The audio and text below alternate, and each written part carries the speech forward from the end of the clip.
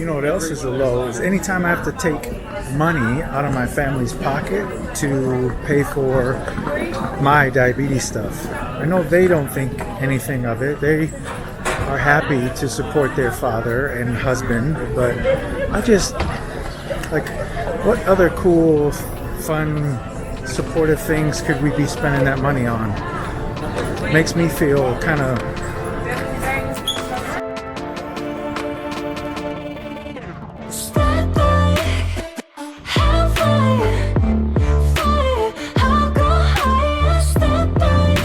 bracelet represents is the high points in life and the low points. And the low points. I got stung by a bee on yesterday's training ride. That was a low point. That sucker flew right down my jersey and tagged me right in the chest. That was not fun. I'm gonna count that as a low point for sure. You know what else? Whenever I go into a restaurant and their Diet Coke machine is not working, that's a low point. I hate that. Definite lows right there. This is the newest Live Loci bracelet to benefit the diabetes community. A periwinkle blue for us, and then two beads that represent the lowest point in life and the highest point, being snow from Mount Everest was used to make this bead, and mud from the Dead Sea was used to make this one. And I thought it was the perfect time to talk about my own JDRF story this year, which is partnering up with Scott Johnson to go and do something kind of crazy. I said it and I meant it, why can't I make you believe it? You tend to be my answer to everything. So I always kind of feels like I always heard of Erik and Annalisa doing these crazy bike adventures and miles of portraits, riding across America multiple times, and then riding across Alaska. Well, defying the odds and showing others what's possible. In this morning's To Your Health, you'll meet two cyclists who are pedaling their way across the country to show those that suffer from any type of disease, sickness, or even disability can go anywhere and do anything.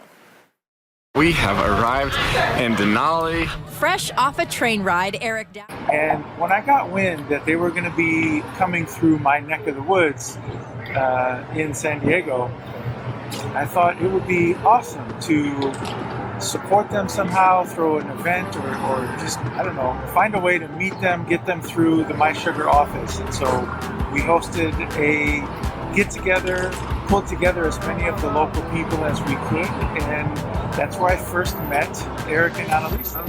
Hung out for an evening, we had a great time, and that's kind of where the adventure all began.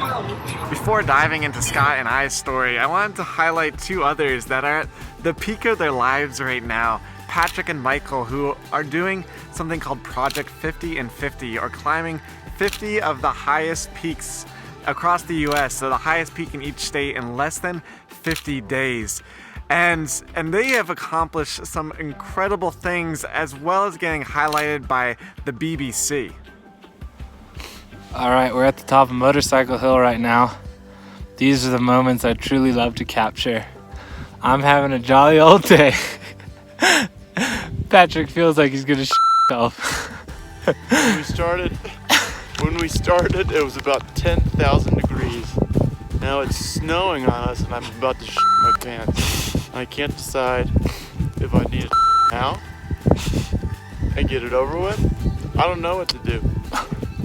I don't know where the teepee is. I'd have to take off the harness. Well, no, the harness, you don't have to take off. You just drop the leg loops. We'll check back in. Alright, but these highest of highs come with the lowest of lows as well.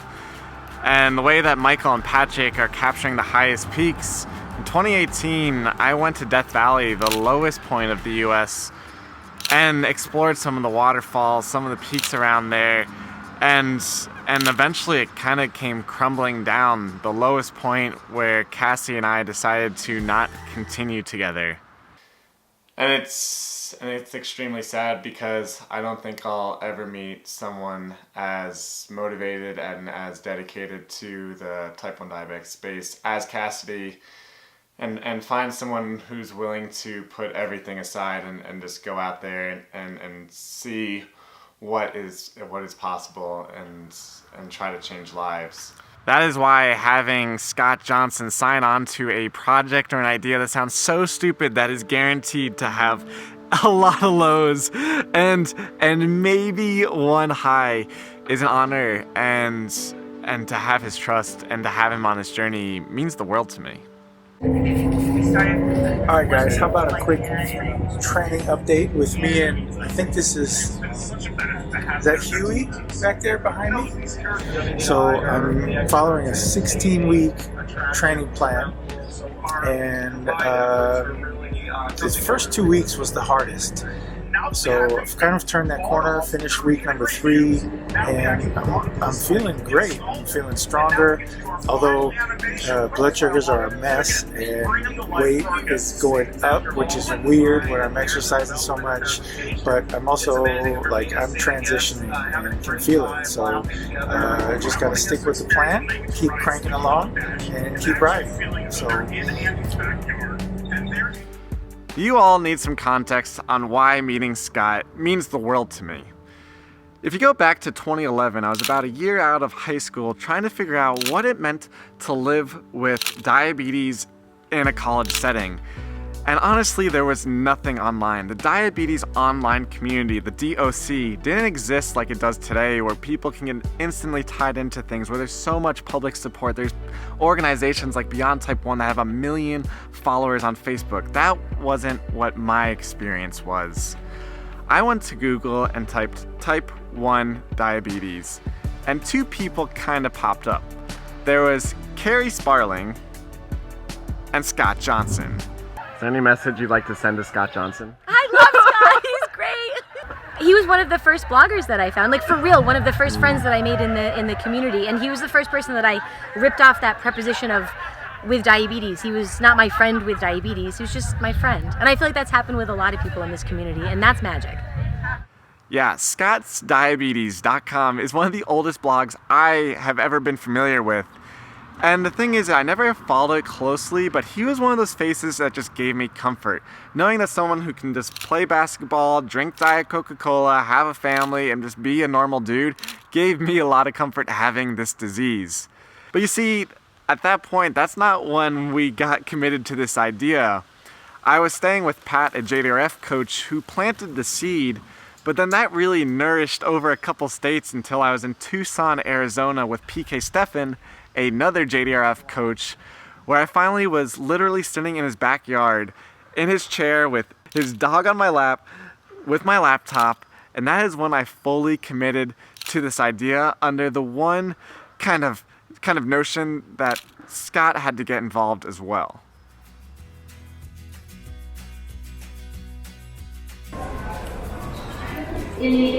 Breakfast is a high point. Diet Coke is a high point. I'm also a fan of ketchup. Ketchup is a high point. Another high point that comes to mind is finishing all these crazy endurance events that people have talked me into. Eric, I'm looking at you.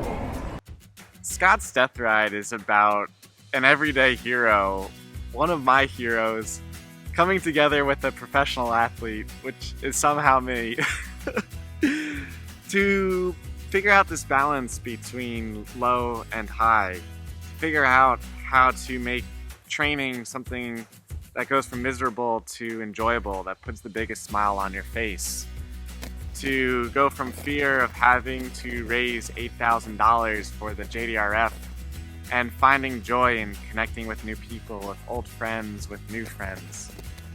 And with that in mind, if you go to diabadass.com/Death Valley, and I'll leave a link below, you will see Scott and I's page, and we are putting on virtual rides to invite you along to.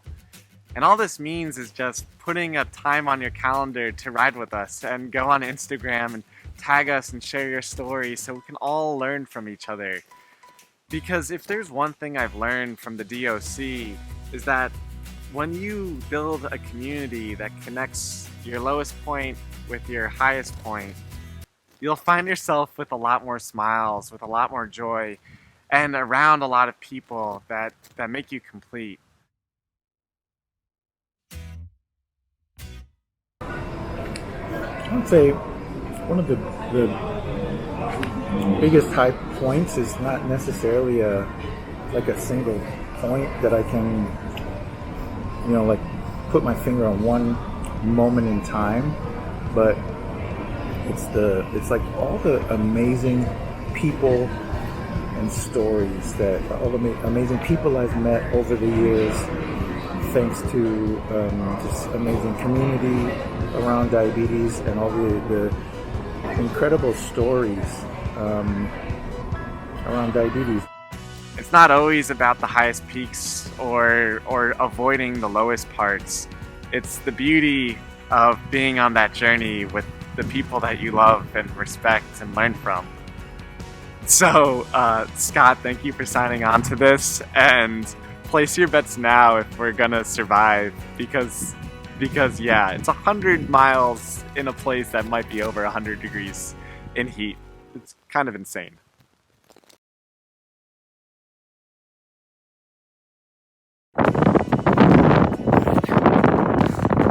Just about to hit the summit of Denali. This is my second time up here, so nothing too unusual for me. But Patrick has been working his butt off to get up here, and he's about to hit the summit. He's on North America's highest peak.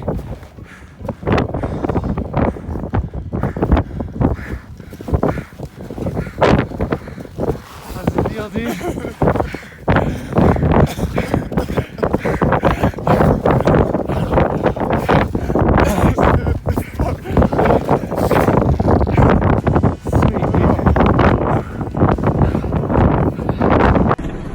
Hey y'all, sincere apologies for our recent hiatus.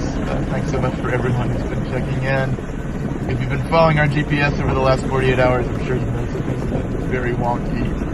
First and foremost, everyone is okay. We were actually able to summit Granite Peak at about 1:30 a.m. last night. Both the climb and the descent were very challenging. And unfortunately, during the descent this afternoon, Michael took a pretty serious fall. He sustained some non-life-threatening but some serious injuries to the point that he was not able to self-evacuate off the mountain, so we had to solicit the services of emergency services, and we worked with a really wonderful team who helicoptered Michael and myself off the mountain. Michael was actually flown to a hospital in Billings, Montana, and I was flown to Bozeman, Montana. So I've been gracious, or my aunt has been gracious enough to lend me her vehicle so I can drive to Billings to see Michael at the hospital. I just got off the phone recently with Michael's dad, who is at the hospital with him, and the prognosis is looking really great, so we're very excited to hear that. But I'm sure Michael would still love all the well wishes and prayers and love that you could send his way. We'll be sure to check in more as we know more. Of course, this is going to have some down waterfall effects for the project, but again, we will let you know more information as soon as we have got some more information. So thank you so much for all the love and support that we've received to date, and we look forward to connecting with you more soon. Woo.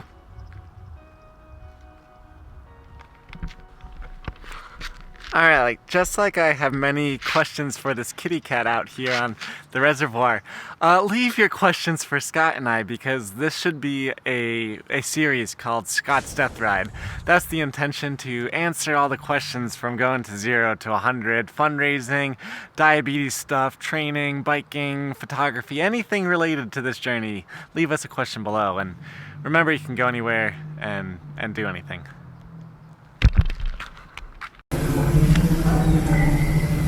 Yeah. Diabetes interrupting when you're trying to be active. Those are low points.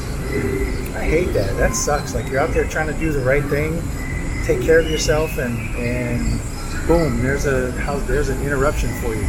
Lots of low points along my last 100-mile bike ride. Lots of low points where I wanted to quit and just forget about it. What am I even doing? Low point was losing my mom 2 2005 to cancer. That was a low point. Depression, that's a low point. That, not ever really done with that. At least I'm not. Yeah.